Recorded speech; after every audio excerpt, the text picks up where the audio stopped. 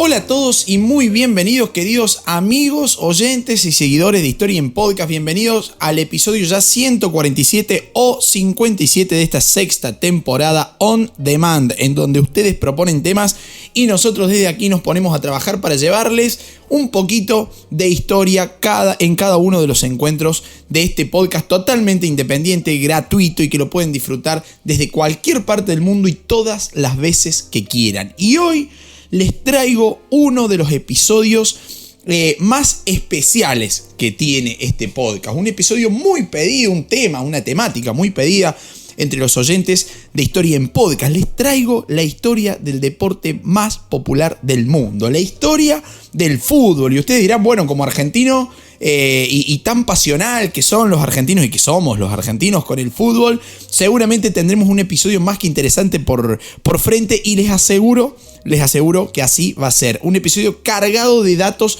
realmente increíbles sobre el fútbol, sobre este deporte, sobre el deporte estrella, podemos decir, ¿no? El más practicado, el más consumido, ¿sí? En la actualidad y durante mucho tiempo de la historia, ¿no? Sobre todo en la historia del siglo XX. No vamos a desarrollar, o al menos eso vamos a intentar hacer, la historia del deporte más famoso del mundo y por varias razones, ¿no? Un deporte que es fácil de jugarlo, que es accesible, que tiene millones y millones de seguidores en todo el mundo, ¿no? Y es más, me animaría, siguiendo este tono y esta línea, me animaría a preguntar quién no ha jugado al fútbol alguna vez en la vida, ¿no? Y no lo digo profesionalmente, sino con amigos, de manera recreativa, en la playa, en una cancha, en el potrero, como decimos aquí en Argentina, y ni siquiera con una pelota, sino hasta con, qué sé yo, con una botella, una pelota de trapo, con lo que fuera que se pudiese patear, ¿no? Y aparentemente todo parece indicar que el fútbol como tal nació en Inglaterra, ¿no? ¿Cuántas veces hemos escuchado decir esto y repetir, ¿no? Pero aquí vamos a tratar de profundizar un poquito más esto que tantas veces se dice y que tantas veces se repite, ¿no? ¿Cómo llegó a inventarse el juego del fútbol? ¿Quiénes pensaron las primeras reglas? ¿Por qué se hizo tan famoso a nivel mundial? Y resulta que si empezamos a investigar un poco para buscar los orígenes del fútbol, tenemos que retrotraernos un toque bastante, diría, ¿no? En el tiempo, hablar de un poquito más allá de Inglaterra, un poquito más allá del siglo XIX, en donde habitualmente se lo ubica. Pero antes de empezar, déjenme dedicar a este episodio algo que no habitualmente hago, digamos, ¿no? No estoy acostumbrado a dedicar episodios, pero para un oyente más que especial y muy vinculado al mundo del fútbol, que es prácticamente un amigo del podcast ya, un tipo que tiene trascendencia en el mundo futbolístico, en el mundo futbolero argentino, que es un amigo, ¿no? Alfredo Montes de Oca. Así que, Alfredito, para vos, si te gusta, mirá, dale rosca que tenemos para hablar largo y tendido sobre el fútbol. Pero bueno, vamos nomás entonces sobre los orígenes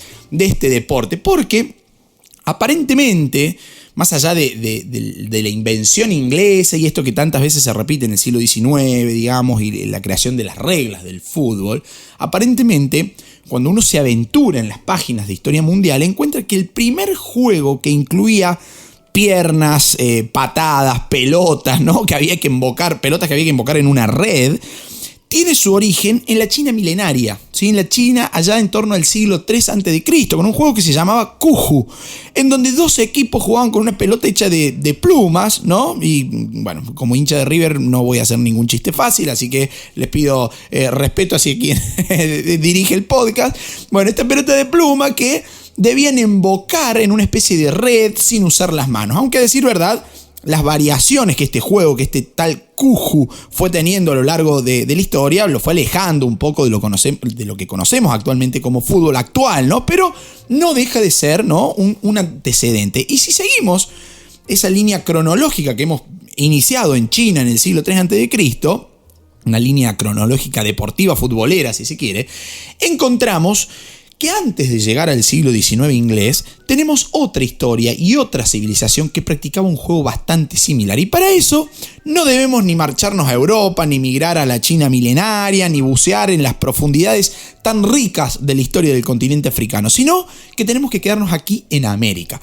Ojo, el que me esté escuchando por primera vez puede decir, este tipo es un negador de los ingleses y de la originalidad y que rodea, digamos, a la creación inglesa del fútbol actual, ¿no? No, nada de eso. Simplemente que rastreamos ahora algunos posibles inicios de este deporte que con el paso de los años, con azarosos caminos, terminó, digamos, en un conjunto de reglas formadas en Inglaterra en el siglo XIX. Eso es innegable. Simplemente que estamos buscando indicios, ¿sí?, posibles antecesores del deporte que nosotros hoy conocemos como el fútbol moderno. Bueno, muchos historiadores de este deporte argumentan que existió en Mesoamérica, ¿sí?, en América Central, un juego en equipos que constaba de una pelota, ¿sí?, una pelota que generalmente era de látex o de alguna resina natural extraída de los árboles que estos pueblos mesoamericanos estaban tan acostumbrados a producir y a usar, ¿no? De hecho, el nombre de este deporte, no está muy claro, puede que haya variado entre Uyamalitzli en el idioma de los aztecas o Poctapoc en lengua de los mayas, ¿no? Esto sería como un antecedente del fútbol, ¿no? Un juego en el que había que pegarle una pelota con diferentes partes del cuerpo, incluso con palos o con bates, pelotas que muchas de ellas fueron encontradas en registros arqueológicos, ¿no?, de esta zona del mundo, ¿no? Pelotas que llegan a pesar incluso hasta 7 kilos, se conservan muchas de ellas en muchos museos de Centroamérica, o sea, pelotas de 7 kilos, imagínate esto de mandar un cambio de frente, ¿no?, con esa pelota, de mandar un pase largo al 9, ¿no? Una verdadera locura haber sido, pensándolo en términos modernos del fútbol, ¿no? Bueno, un deporte que incluso queda registrado en vasijas de cerámica, en relieves, ¿sí?, relieves hechos en piedra, en donde se encuentran evidencias de la práctica real de este juego entre estas civilizaciones mesoamericanas. Y ustedes se preguntarán, ¿cómo habrá sido ese juego? Bueno, a decir verdad, se parecía más al básquet que al fútbol, pero no deja de ser un antecedente del fútbol, porque si bien se podía tocar la pelota con todas las partes del cuerpo, el objetivo era embocarla en una especie de anillo que el otro equipo tenía que defender, ¿no? Y si alguien lo lograba, era victoria automática, ¿no? Algo así como el gol de oro que conocemos hoy en día, ¿no? Y no solo eso, sino que los ganadores eran considerados y eran homenajeados como hombres que prácticamente habían vencido una batalla, eran una especie de héroes, digamos, ¿no? Acá hay cierta analogía con el fútbol actual, ¿no? Idolatramos futbolistas como si fueran, ¿no?, vencedores de batallas épicas, ¿no? Este deporte que se practicaba entre las civilizaciones mesoamericanas era un deporte que no solo se jugaba como deporte cotidiano, recreativo, podemos decir, sino que ocupaba un lugar clave en la religión y en la guerra de estos pueblos mesoamericanos. Algunos gobernantes aztecas, por ejemplo, lo usaban como un sustituto de la guerra. ¿Sí? En vez de hacer una guerra, jugaban un partidito de fútbol mesoamericano, digamos, precolombino, que permitía obtener derechos de gobierno sobre los territorios de los derrotados, ¿no? En la cultura maya, por ejemplo, vinculado a la religión en ese caso, los perdedores eran directamente sacrificados, ¿no? O sea, perdías el partidito con los amigos o con lo que fueran y directamente no la contabas, ¿no? Algo muy fuerte para pensarlo de esa manera, ¿no? Ahora, si seguimos buscando antecedentes, encontramos, por ejemplo, ya en lo que es la cultura clásica, que se le llama en la historia, entre los griegos, ¿sí?, los griegos antiguos, que jugaban un juego que se llamaba episkiros. Un deporte de pelota, ¿no?, con equipos de entre 12 y 14 jugadores que tenían un objetivo particular, que era traspasar la línea de fondo, ¿sí?, del contrincante, ¿no? Traspasar la línea de fondo con la pelota, digamos, con posesión de la pelota, usando manos y pies. Algo muy similar al rugby, para que se den una idea. Y algo con lo que lo vamos a estar emparentando mucho al fútbol, que es el rugby, ¿no? Es más, podríamos decir que rugby y fútbol son casi primos hermanos. Ya vamos a penetrar un poquito más en esa historia. Un episodio que vamos a tener que ir y venir por montones de datos que son realmente increíbles, ¿no? Y a quienes hemos practicado el deporte alguna vez, ustedes dirán, ¿Luquita jugaba al fútbol? Sí, jugaba al fútbol, jugué profesionalmente al fútbol, arquero el tipo, imagínatelo paradito ahí abajo de los 3 palos. Bueno, en fin, los que practicamos fútbol alguna vez, seguramente muchos de los datos que vamos a estar tirando en este episodio no los conocemos. Es más, yo me enteré de muchos de ellos cuando me puse a investigar, a leer sobre y a bucear en las páginas de historia y en libros sobre la historia del fútbol. Ahora, dejamos en los griegos, ¿no? Con este deporte que se llama episkiros. Después de los griegos van a venir los romanos, que como ya sabemos, los romanos emularon muchas de las costumbres, de los usos y de las prácticas griegas. No solo le van a robar los dioses a los griegos para después cambiarle los nombres, sino que también le van a robar el episkiros y lo van a bautizar como arpastum. Ese deporte nuevo, este arpastum, ya no tenía el objetivo de traspasar la línea de fondo contraria con la pelota, sino de mantener la pelota en su propio campo. ¿Sí? Algo que a Pep Guardiola le hubiese encantado el arpastum romano, digamos, ¿no? Un juego netamente de posesión. Y como los romanos se expandieron por toda Europa, encontramos que su cultura también se expandió. El famoso proceso de romanización hizo que otros pueblos muy lejanos a Roma, pero que habían sido influenciados por la cultura imperial romana, desarrollaran prácticas propias de estos romanos, digamos, pero con variaciones locales. Así, por ejemplo, encontramos alrededor del siglo XII en las Islas Británicas, ya nos vamos posicionando en Inglaterra particularmente, ¿no? Pero en las Islas Británicas en general, y en el noroeste de Francia, ¿sí? El desarrollo de un juego de pelota que se llama Soulé en francés y Mob Football en inglés. Era un juego en donde se oponían dos equipos, ¿no? Que podían ser, aquí es un dato curioso, ¿no? Podían ser dos pueblos, podían ser dos parroquias, dos iglesias vecinas o incluso, bueno, dos equipos masivos, ¿no? Con mucha gente que lo practicaba en simultáneo, con varias decenas de jugadores, digo, ¿no? Lo cual, imagínense el lío que debe haber sido eso, ¿no? Y el objetivo en ese juego era llevar la pelota al terreno del equipo contrario. Algo muy parecido a lo que pasaba con los griegos, ¿no? Y acá pasa algo curioso, porque si se enfrentaban dos equipos, bueno, cruzás a la cancha del equipo contrario y listo, ganaste, digamos, ¿no? Pero ¿qué pasaba si se enfrentaban dos pueblos o dos iglesias, dos parroquias, por ejemplo? La cosa se ponía heavy metal, se ponía tensa en serio. Algunos juegos eran ganados por aquellos que lograban colgar, digamos, la pelota en la puerta de la iglesia de los contrarios, o en la pared o en el muro de ingreso a la ciudad o del pueblo vecino. No, se podían usar pies, se podían usar manos, digamos, era un juego bastante violento, ¿no? Con golpes, con puñetazos, con patadas, todo era válido. Todo era válido. Ahí también hay cierto punto de origen, si se quiere, con el rugby, ¿no? En donde tenemos un juego más de choque, si se quiere, más confrontativo, físicamente hablando, ¿no?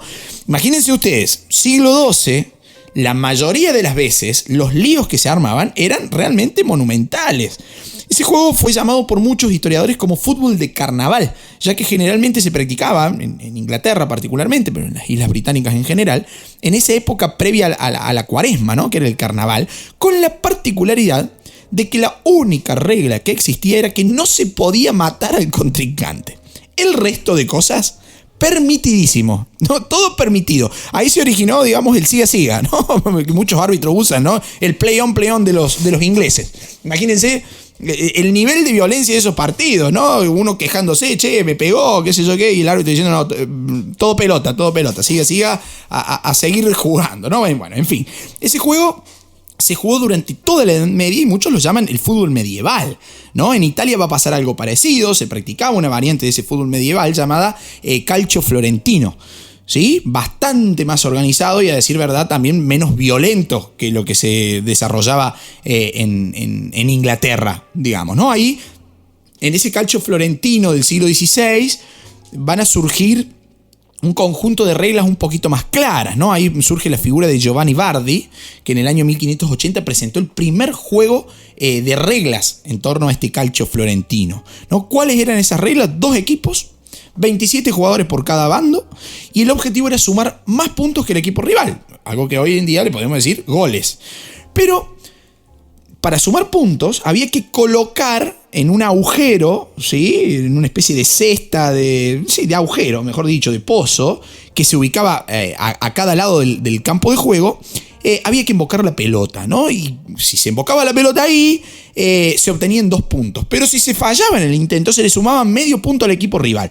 El encuentro estaba dividido en tiempos, ¿no? ¿Sí? Se jugaba durante 50 minutos.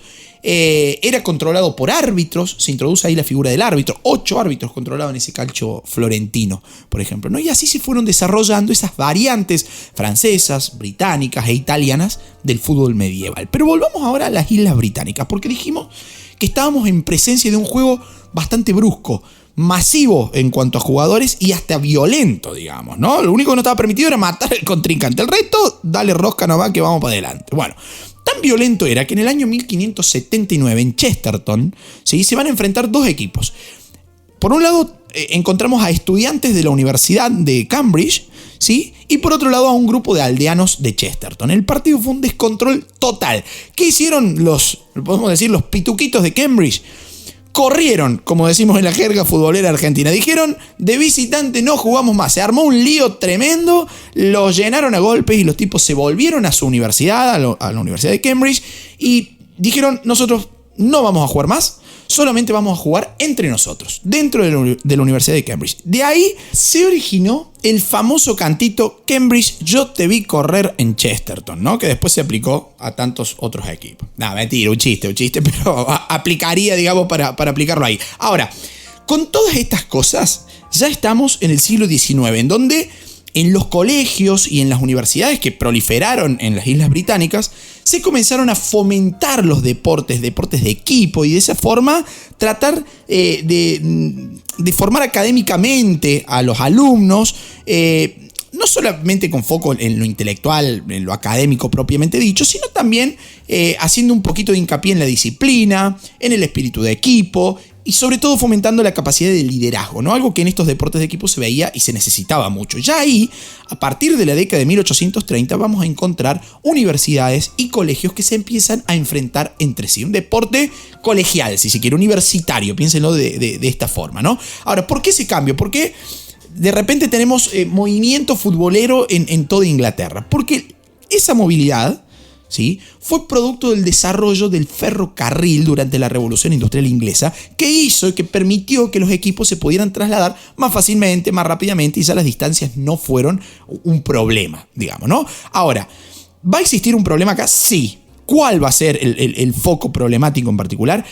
Va a ser que los ingleses no se podían poner de acuerdo sobre cómo jugar ese juego que los unía. Mejor dicho, que los encontraba, digamos, ¿no? Porque de unión, como veremos, todavía no había nada. Resulta que cada escuela, cada universidad, esto es una historia, si se quiere, cómica de la historia del fútbol, cada escuela, cada universidad jugaba con sus propias reglas. Entonces era dificilísimo ponerse de acuerdo. Los juegos eran confusos, sobre todo porque había dos grandes grupos de equipos que priorizaban un estilo de juego diferente. Si tuviéramos en Argentina, diríamos el estilo de Bilardo o el estilo de Menotti. No, esto iba todavía más allá.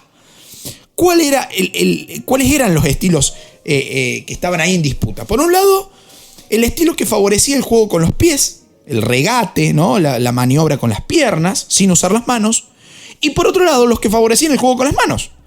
Qué loco, ¿no? Justamente los ingleses discutiendo si jugaba con la mano o no. Y bueno, después Maradona lo va a dejar afuera de un mundial, haciéndole justamente un gol con la mano, que vamos a retomar un poquito más adelante, digamos, ¿no? Porque tengo ahí una crítica, así que tranqui, ya vamos a llegar a ese mundial de 1986. Ahora, ¿cómo se hacía entonces con estas reglas tan diferentes? Unos jugaban con la mano, otros jugaban con los pies, no se podían poner de acuerdo. Bueno, antes de un partido se juntaban los equipos y negociaban. Sí, escucharon bien, negociaban las reglas. Muchas veces se aceptaba jugar 2 periodos de tiempo, ¿sí? Primer tiempo, segundo tiempo, uno con las reglas de un equipo y otro con las reglas de otro equipo. Imagínense, un tiempo con las manos, un tiempo con los pies. Ciudades como Cheltenham, Melbourne, Etham, Winchester, Westminster, Cambridge o la ciudad de Rugby, ¿sí?, en Inglaterra, jugaban estos juegos con diferentes reglas. Pase con los pies, pase con las manos, pase para adelante, pase solo permitido hacia atrás, con más o menos brusquedad, pudiendo voltear al contrincante, taclearlo, digamos, ¿no? Y acá ya tenemos elementos muy importantes para emparentar a estos primos que les decía hace un ratito, ¿no? El pase hacia atrás, el uso de las manos, la brusquedad, el tackle y fundamentalmente la ciudad de Rugby, que es considerada la cuna del deporte homónimo, ¿no? Pero ya vamos a volver sobre esto, simplemente lo menciono para que estén atentos. Volvamos a Cambridge, la Universidad de Cambridge, en donde varios estudiantes se juntan para uniformar las reglas de juego. Era un despelote el juego. Entonces los tipos dijeron, nos juntemos, organicemos, no, paremos la pelota, digamos, ¿no?, y organicémonos. Así nace el primer conjunto de reglas de los que después sería el fútbol, conocido como las reglas de Cambridge, en donde lo que fundamentalmente se hizo fue prohibir el juego con las manos. El siguiente paso importante de esas reglas de Cambridge lo vamos a encontrar en el año 1857 con la fundación del Sheffield Football Club, lo que pasó a ser el primer club independiente de la historia, es decir, que no dependía de ninguna universidad. Actualmente es conocido como el club de fútbol más antiguo del mundo, el Sheffield Football Club. Este club creó otro conjunto de reglas muy parecidas a la del fútbol moderno, basándose obviamente en las reglas de Cambridge, pero reglas en las que, por ejemplo, el deporte este que se practicaba desde hacía varios años en Inglaterra, ¿sí?, tenía 2 palos al final de la cancha, 2 postes. ¿Sí? Imagínense 2 postes de rugby, por ejemplo, ¿sí? O un arco sin travesaño. Bueno, las reglas de Sheffield dijeron a esos 2 postes del final de la cancha hay que agregarle un travesaño sólido. Así nació el arco de fútbol actual. Por eso decimos que las reglas de Sheffield dan origen a ese fútbol moderno, digamos, ¿no? Pero Cambridge dijo, no nos podemos quedar atrás, tenemos que actualizarnos. Y en 1863 lanzan un nuevo conjunto de reglas muchísimo más detalladas. Y en ese mismo año 1863, se va a crear la Football Association, conocida por sus siglas, FA. ¿Sí? La FA, que representaba en esos momentos a 11 clubes de fútbol londinenses y que logra convertirse en la primera federación que lanza sus propias reglas, inspiradas obviamente en las reglas de Sheffield y en las reglas de Cambridge. Día que actualmente es considerado como el día del origen del fútbol, ¿no? El día del inicio del fútbol, ¿no? Ese 26 de octubre del año 1863, fecha en la que se crea la Football Association. Ahora, ¿qué pasó con todo esto, digamos, no? Fíjense que de repente, de no tener reglas claras, tenemos una federación de fútbol, una asociación de fútbol, ¿no? Bueno, ¿qué va a pasar? Que los primos, que les decía hace un ratito deportivamente hablando, se pelean. Los clubes que favorecían el juego con las manos, al ver que las reglas poco a poco migraban hacia el juego con los pies, hacia el regateo, digamos, dijeron, esto no nos gusta, esto no es para nosotros, y se separaron. Y van a crear en el año 1871 la Rugby Football Union, ¿no? Ruptura absoluta entonces entre el fútbol y el rugby, e incluso entre la Football Association y la Rugby Football. ¿Qué hizo la Football Association? Ese mismo año, 1871, organizó la primera Copa de Inglaterra. ¿Saben cómo la bautizaron? FA Cup. La misma competencia que todavía hoy se disputa en Inglaterra, ¿no? La Football Association Cup. Pero hay algo fundamental ahí. Los partidos ya empezaron a tener una duración de 90 minutos, empezaron a enfrentar a 2 equipos de 11 jugadores cada uno y se agrega la figura del arquero. Todo esto en el año 1871. Ahora, año siguiente, 1872, se produce el primer partido internacional de la historia del fútbol. ¿Quiénes se enfrentaron? Inglaterra contra Escocia, partido que terminó 0-0, un empate, dicen las crónicas de la época, aburridísimo, pero lo importante es que ya estaban sentadas las bases del fútbol moderno, y no en cualquier lugar, sino en la Inglaterra de la segunda mitad del siglo XIX, época de consolidación del sistema capitalista a nivel mundial, época en donde el imperio inglés se lanza a conquistar extensísimas unidades territoriales a lo largo y a lo ancho del mundo, ¿no? ¿Qué habrán llevado los ingleses en esos viajes? Muchísimas cosas, pero 2 que particularmente nos interesan. La cerveza y el fútbol, algo que en Inglaterra es indisociable, digamos, ¿no? Y en todo el mundo, ¿no? ¿Quién no toma una cervecita mientras ve un partidito de fútbol? Bueno, algunos dirán que también los ingleses en esa aventura mundial llevan el rugby, ¿no? Lo cual también es cierto, pero en este punto no nos interesa el rugby, sino el fútbol, ¿no? Creo que eso ya a esta altura está más que claro. Podemos en otro momento hablar de la historia del rugby si quieren, pero no vamos a profundizar ahí. Punto final para la historia del rugby. Los ingleses llevan la cerveza, a lo cual también le podemos dedicar un episodio porque el conocimiento de la cerveza en todo el mundo moderno, digamos, los ingleses ahí van a tener un rol más que activo. Pero bueno, no nos vamos a meter ahí ahora.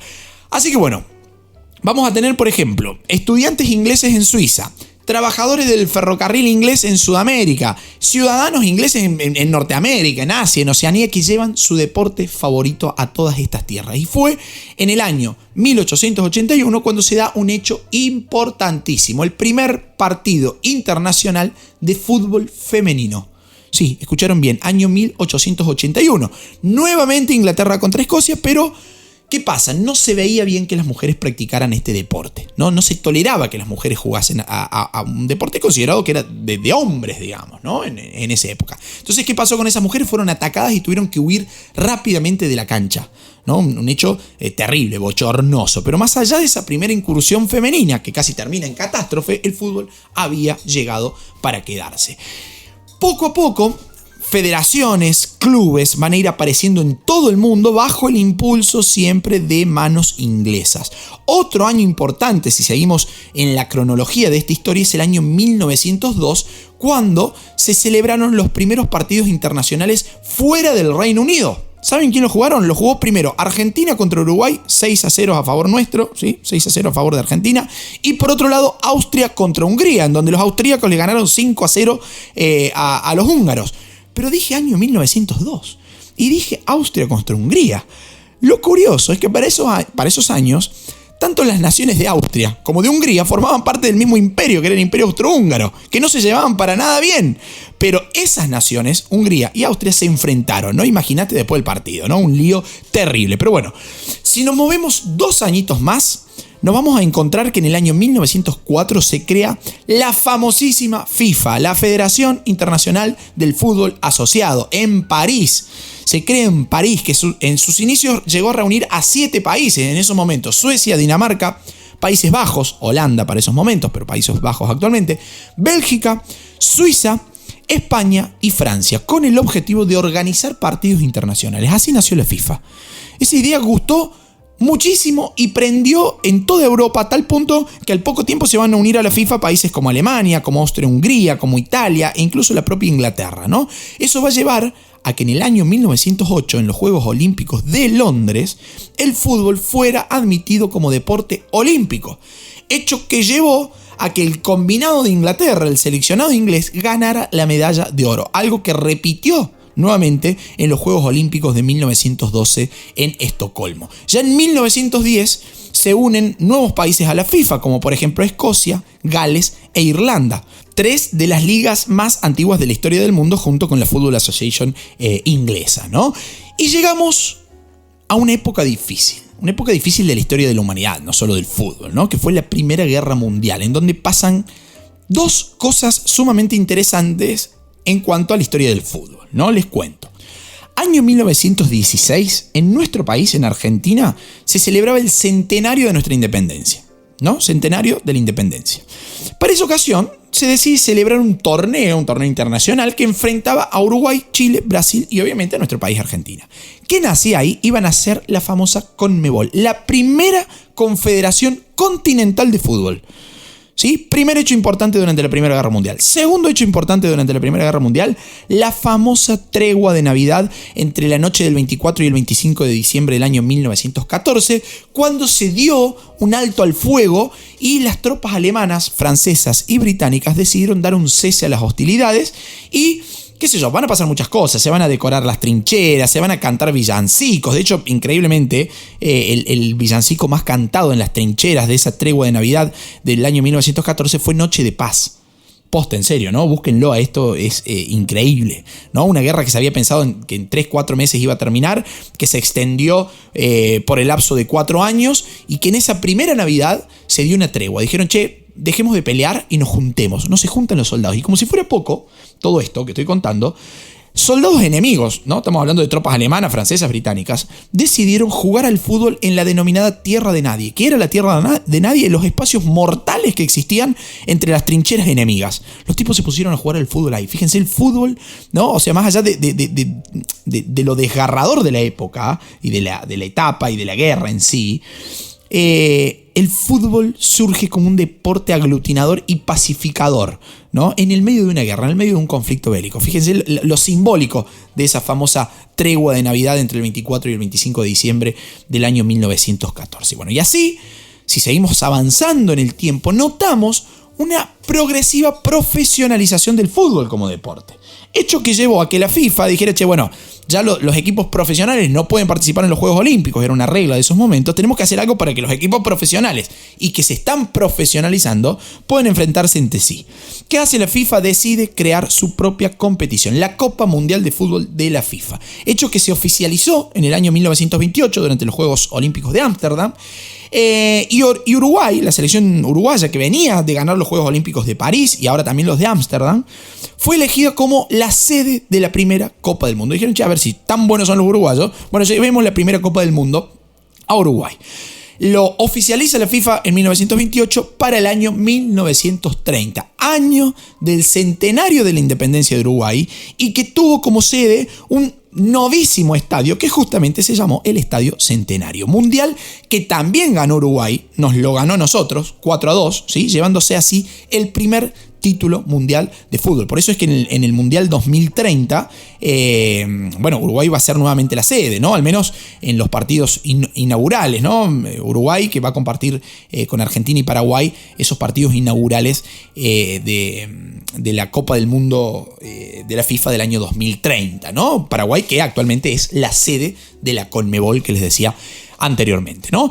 Algo loco que pasó en ese primer mundial es que en Europa las federaciones, como así también los jugadores, ¿sí?, se mostraron verdaderamente poco interesados en participar en este evento. Sí, dijeron, no nos interesa participar. A Uruguay tenemos que ir, en serio, van a decir los europeos. ¿Saben por qué? 2 semanas de navegación se necesitaban para trasladar todos los planteles completos. Imagínate una locura de tiempo.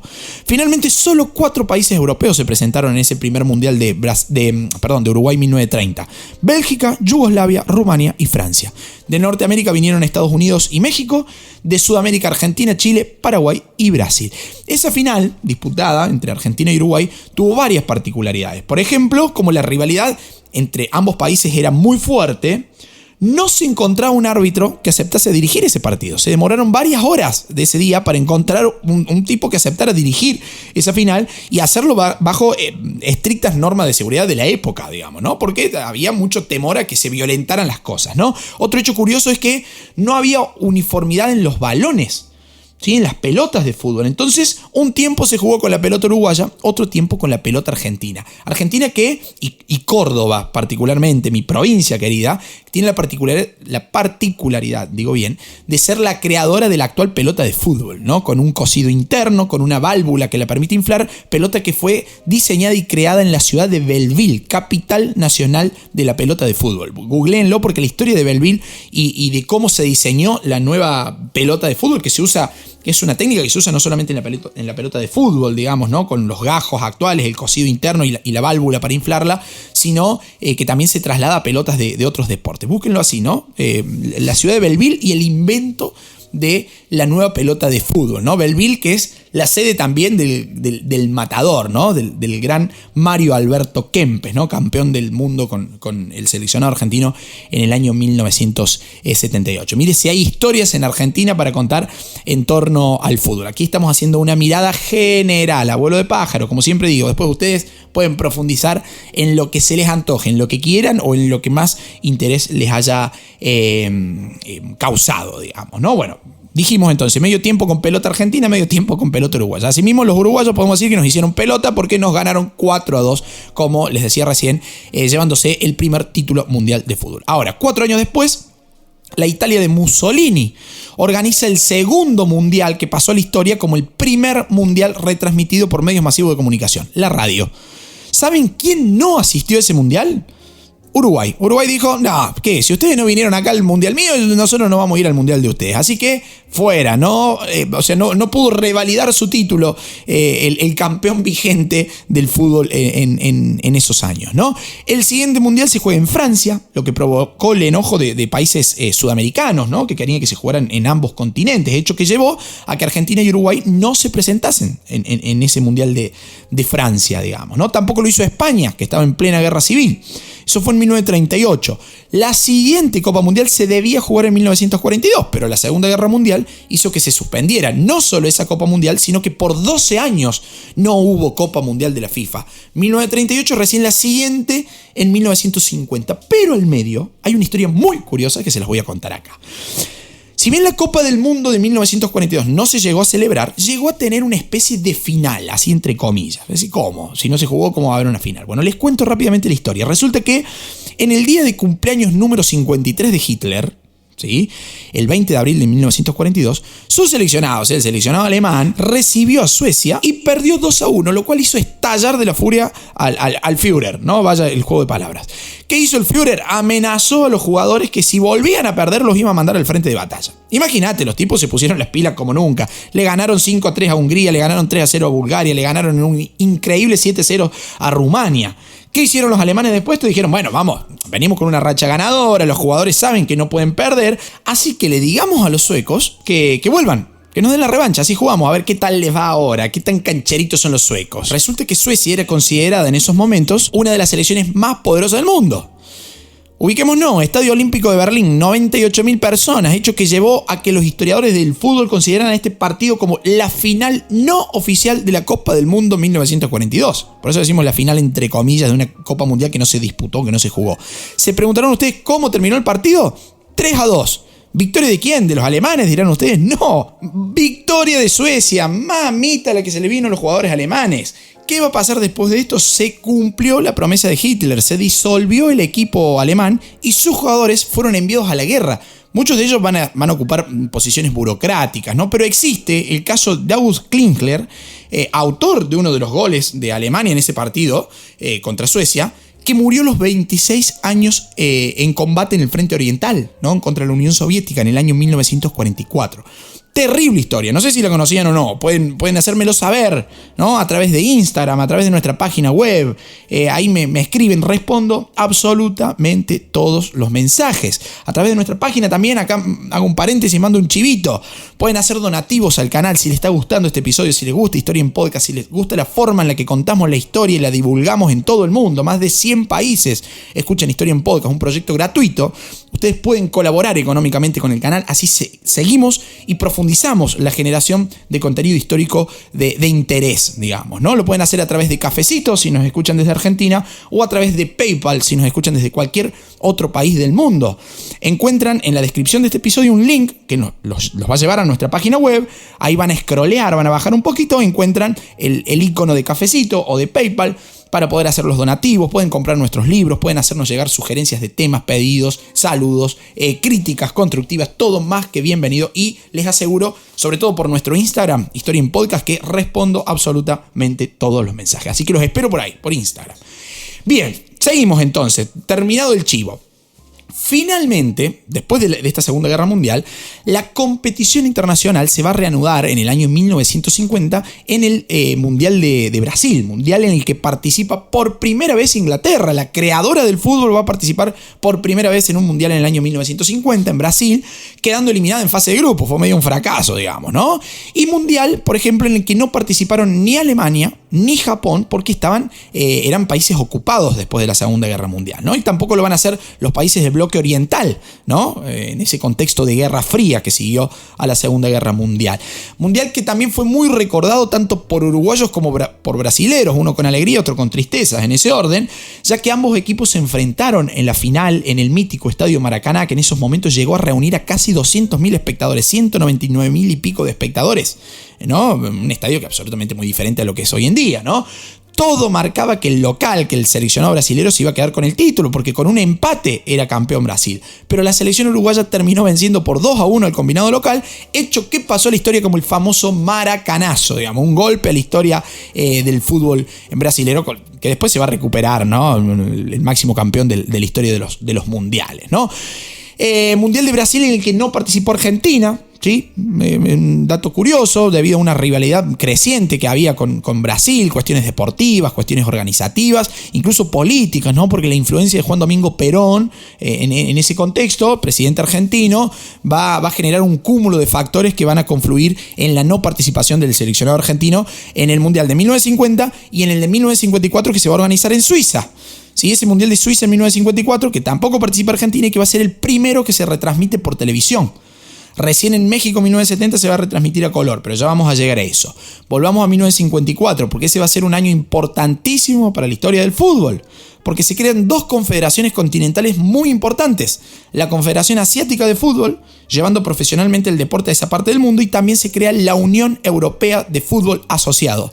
¿Saben cuáles son las siglas de esta Unión Europea de Fútbol Asociado? La UEFA.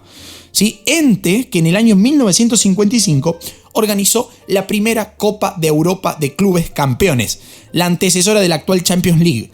Y finalmente en el año 1957, pleno proceso de descolonización, ¿sí? en África y en Asia, va a llegar la profesionalización del fútbol también al continente africano, en donde se crea la Confederación Africana del Fútbol. Ahora, año 1958, Suecia se convierte en la anfitriona de una nueva Copa del Mundo, la primera en la que participa, por ejemplo, la Unión Soviética.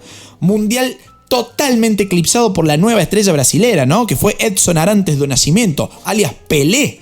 El rey Pelé, de apenas 17 años, quien en la final marca 2 goles para darle el primer título a Brasil. Y por último, es el turno, siguiendo la línea cronológica, de la famosa CONCACAF, la aparición de la Confederación Norteamericana, Centroamericana y del Caribe de Fútbol, para profesionalizar también el deporte ahí en esa parte del mundo, ¿no? Año 1962, si seguimos con la línea de tiempo, Mundial de Chile, nuevo triunfo de Brasil. Llegamos así al año 1963, y usted dirá, che, no, te está confundiendo, no hubo mundial ese año. No, ya lo sé, no hubo mundial ese año. Año 1963, si ustedes vienen siguiendo la historia desde el comienzo, va a ser un año muy particular en la historia del fútbol, porque es el año del centenario de la creación del fútbol y de la Football Association, hecho que lleva a la celebración de un partido amistoso entre Inglaterra y el resto del mundo, ¿no? Un combinado coordinado por la FIFA que terminó en la victoria de los locales por 2-1. Producto de esto, Inglaterra organiza el Mundial de 1966, en donde pasó algo re loco que tuvo como protagonista un argentino. Les cuento, rapidito nomás. Argentina jugaba contra Inglaterra en el estadio de Wembley, ante más de 90.000 personas. Jugador argentino, sí, nos situamos, personificamos la historia en Antonio Ubaldo Ratín. El tipo, Ratín, consideraba que el árbitro alemán del encuentro, que era Rudolf Kreitlein, cobraba todo a favor del local. Era desventajoso para Argentina, ¿no? De hecho, dice que inventaba manos, que creaba fules que no existían, etcétera, etcétera. ¿Qué sucedió? Ratín quiso expresar su descontento hacia el árbitro alemán, pero ni él, o sea, ni Ratín hablaba inglés o alemán, ni el árbitro alemán hablaba español. Un problemón. Entonces, ante tanta demora, el árbitro dijo, Ratín, vaya nomás, afuera, chao, vaya a bañarse, vaya al vestuario. ¿Cuál era el problema? No había tarjetas ni amarilla ni roja. Entonces, el árbitro hizo seña que se fuera y Ratín se hizo el que no entendió, qué sé yo qué, y siguió jugando por más de 10 minutos. Pero finalmente se tuvo que retirar del campo y al salir hace un gesto que es muy simbólico en la historia de los mundiales, que es agarrar un banderín de córner con la bandera inglesa y lo estrujó, así lo apretó entre las manos, lo apretó, lo arrugó, lo cual fue visto como un gesto de indisciplina de Ratín.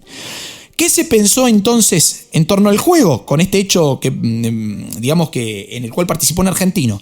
Que había necesidad de comunicar para todos, los jugadores y público en general, las faltas disciplinarias o deportivas y que se entendieran. ¿Qué se va a crear ahí? Las tarjetas rojas y las tarjetas amarillas a instancias de la creación, digamos, de la idea de un árbitro inglés que fue Ken Aston. Se preguntarán por qué amarillo y rojo. Bueno, el propio Aston, que va a contar alguna vez, que se le ocurrió mientras manejaba por una calle que se llamaba Kensington High, cuando un semáforo lo obligó a detenerse. ¿Sí? Luz roja del semáforo lo obliga a detenerse. Entonces el tipo pensó, una amarilla debería advertir, al igual que la luz del semáforo advierte, ¿no? Y una tarjeta roja te obliga a detenerte y dejar de jugar, ¿no? Como pasa con la luz roja del semáforo, saliendo del campo. O sea, en este caso, roja, salir del campo. Amarilla, advertencia, una más y te vas. En el próximo Mundial de México 1970, el mundial en el que se televisa por primera vez a color y que se crea una pelota en blanco y negro, ¿no? Adidas crea la famosa pelota Telstar, ¿no? Con gajos blancos y negros para que ahora en la televisión a color se disfrutara muchísimo más. Bueno, en ese México 70 se introduce se adopta por primera vez las tarjetas, el uso de las tarjetas. Siendo el alemán Kurt Schenker el primer árbitro en aplicarla en el mítico Estadio Azteca ante más de 107.000 espectadores. El primer jugador en recibir esa penalidad, la primera tarjeta amarilla que se recibió en la historia del fútbol, fue el capitán del seleccionado mexicano, Gustavo Peña, a los 30 minutos del primer tiempo. No hubo ningún expulsado en ese Mundial de México 1970 y tampoco hubo selección argentina, ya que no llegamos a clasificar a ese Mundial.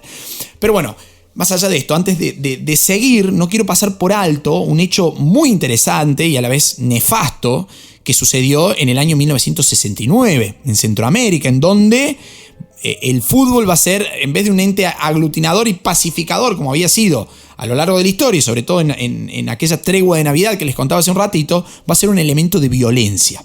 Violencia masiva, año 1969, Centroamérica, en donde la rivalidad futbolera entre El Salvador y Honduras era terrible. Ahí en esos países se tenían que jugar 3 partidos, ambos países tenían que jugar 3 partidos de clasificación para la Copa del Mundo justamente a México 70. Producto de las tensiones y de la violencia entre ambos bandos, se desata una guerra, no estamos hablando de una batalla, una guerra conocida como la Guerra de las 100 horas, en donde más de 3.000 personas perdieron la vida a consecuencia de un partido de fútbol, una verdadera locura. Pero bueno, las competiciones mundiales no se van a detener y en el año 1974 Alemania Occidental, plena Guerra Fría, va a organizar su propio mundial. Única vez en la que se enfrentaron las selecciones de Alemania Occidental y Alemania Oriental. Siguiente mundial, 1978, Argentina, en medio de la dictadura más atroz que nuestro país vivió, en donde conseguimos nuestra primera Copa del Mundo, pero con muchas dudas por las presiones que la dictadura impuso al comité organizador. Jugábamos con ventaja, jugábamos con los resultados ya puestos, entonces teníamos cierta ventaja deportiva que se le atribuye a la presión de la dictadura militar sobre el comité organizador. Triunfo que luego repetiríamos en México 86 y recientemente en Qatar 2022, ¿no? Pero bueno, después de ese Mundial 78... En el año 1980, ustedes dirán, ojo, te estás equivocando, no hubo mundial en el 80, no, ya lo sé. 1980 se va a celebrar a instancias de la Asociación Uruguaya de Fútbol el famoso Mundialito, o también conocido como Copa de Oro de Campeones Mundiales, que va a congregar a todos aquellos seleccionados que oficialmente habían salido campeones del mundo. Uruguay, Argentina, Brasil, Italia, Alemania Federal e Inglaterra. Pero como los ingleses no vinieron a jugarlo, en su lugar se va a sumar Países Bajos, Holanda, ¿no? Que había sido subcampeón ya 2 veces.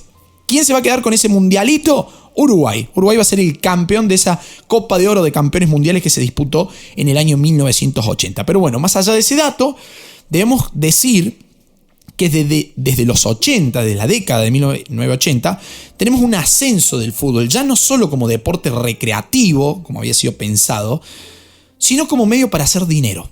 Marketing, venta de entradas, derechos de retransmisión, publicidades, etcétera, etcétera, etcétera, etcétera. Va a hacer que los clubes se vayan pensando ya como empresas. Atraen inversionistas, compran y venden jugadores, contratos y cifras millonarias. El caso de Diego Armando Maradona, ¿sí? La estrella argentina que fue comprado por el Barcelona en 1982 por la friolera suma de 7 millones de euros. Todo un récord para la época. Que vamos a ver que hoy en día quedó chiquito como un poroto, digamos, ¿no? Pero que para la época fue una verdadera locura. Año 1982 que va a tener justamente a España como sede del nuevo mundial, bajo el régimen post-franquista, digamos, ¿no? Una España post-franquista. Se dice que la fase final de este mundial fue vista por 1.000 millones de espectadores en todo el mundo. Una verdadera locura, un hito en la historia del fútbol, ¿no? Mundial en el que se desarrollan 2 hechos muy importantes también, ¿no? El partido entre Alemania Occidental y Austria, conocido como el partido de la vergüenza, en donde para clasificarse ambos equipos frenan el partido y dejan afuera a Argelia, por ejemplo, ¿no? Una verdadera locura. Y el otro dato curioso en ese mundial fue el partido que enfrentaba nuevamente a Alemania Occidental, pero esta vez contra Francia, la famosa Noche de Sevilla, en donde por primera vez se dirimía el resultado de un partido en un mundial por penales.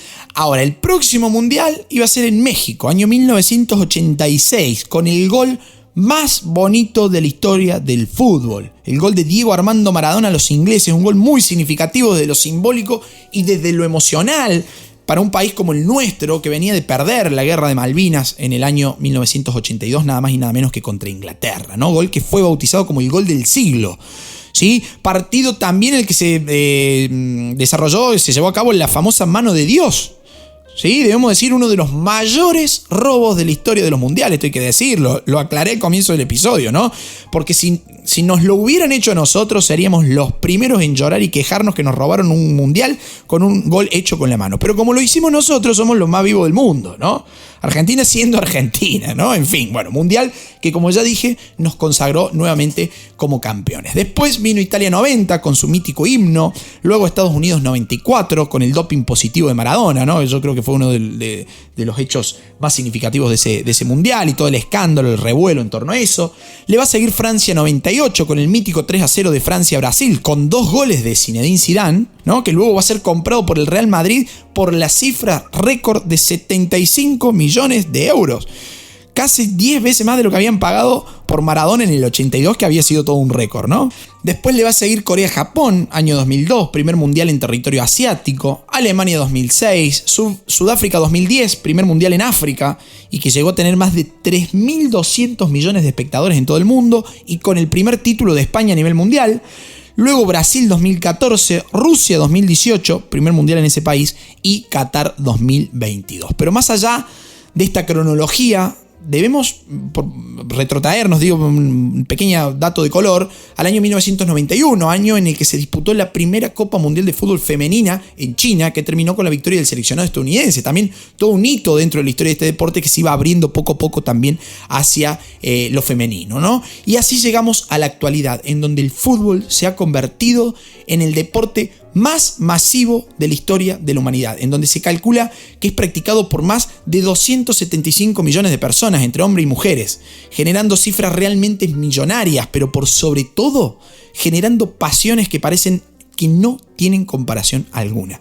Deporte que en nuestro país fue introducido justamente por inmigrantes ingleses dependientes del ferrocarril, por lo cual muchos equipos llevan nombres de estaciones de ferrocarril o de líneas ferroviarias. Pero bueno, eso ya será otra historia en la cual podremos introducirnos más adelante si es que así lo prefieren y si así me lo hacen saber a través de nuestra página historiaenpodcast.com.ar o a través de nuestro Instagram, en donde quedan cordialmente invitados a sumarse a esta comunidad maravillosa que disfruta de la divulgación histórica de manera fácil, amena y clara para todos los gustos y para todas las personas, para todas las edades y para todos los lugares del mundo.